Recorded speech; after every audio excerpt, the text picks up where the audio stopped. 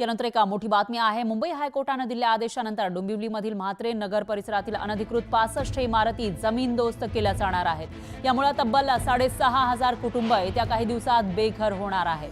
त्यामुळे या प्रकरणी 7 तरुणांनी एकत्र सुप्रीम कोर्टामध्ये जाण्याचा निर्णय घेतलाय। त्या 65 इमारतींवर कारवाई होणार असल्याचं केडीएमसी अतिरिक्त आयुक्त योगेश गोडसे यांनी सांगितलेलं आहे।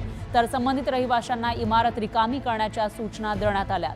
पोलिसांच्या मदतीने इमारती रिक्त करत लवकरच इमारत निष्कासन करण्यात येईल असंही प्रशासनाकडून स्पष्ट करण्यात आलंय। तर दुसरीकडे अनधिकृत इमारतींमध्ये राहणाऱ्या रहिवाशांबाबत शासनाचं पुनर्वसनाचं धोरण नसल्यानं त्यांचं पुनर्वसन होऊ शकणार नाही असं केडीएमसीनं स्पष्ट केलंय। त्यामुळे 6,500 कुटुंबांवर संकट कोसळलंय। कोर्टाने स्पष्ट केलेले आहे की यामध्ये त्यांना कुठल्याही प्रकारचा रिलीफ देता येणार नाही। त्यामुळे अशा परिस्थितीमध्ये आता या इमारतींना रिक्त करून त्यांच्यावर सक्तीनं कारवाई केल्याशिवाय पर्याय नाही आहे। तर त्यानुसार आता महानगरपालिका ही कारवाई हातात घेतलेलीच आहे। त्याच्याबरोबर या ठिकाणी आता व्हॅकेट करण्यासाठी इमारत निष्कासित करण्याच्या अगोदर रहिवाशांना स्थलांतरित करण्यासाठीची कारवाई आमची पोलीस प्रशासनाच्या मदतीने चालू आहे। या इमारती अनधिकृत असल्यामुळे त्या रहिवाशांच्या पुनर्वसनाचा जो आहे असे शासनाचं धोरण नसल्यामुळे त्यांचं पुनर्वसन करण्याचं काही महापालिकेचं नियोजन नाही आहे। आता बोलायला काही शब्दच नाहीत आमच्याकडे। आमच्या डोळ्यात पाण्याशिवाय काहीच नाही आहे।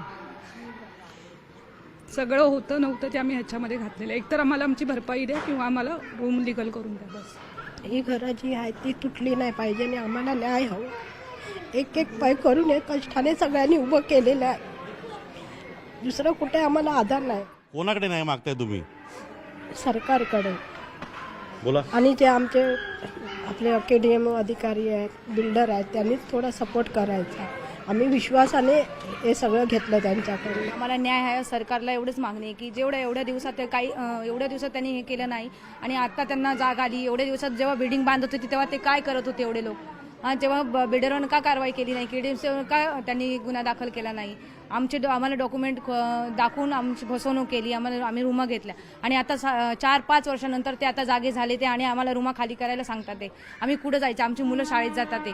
आम्ही अचानक कुठे रूमा खाली करून जाणार आहे? सगळं जमीन जुमळे विकून गावाला पण जायची लायकी नाही आमची राहिली माहिती आहे।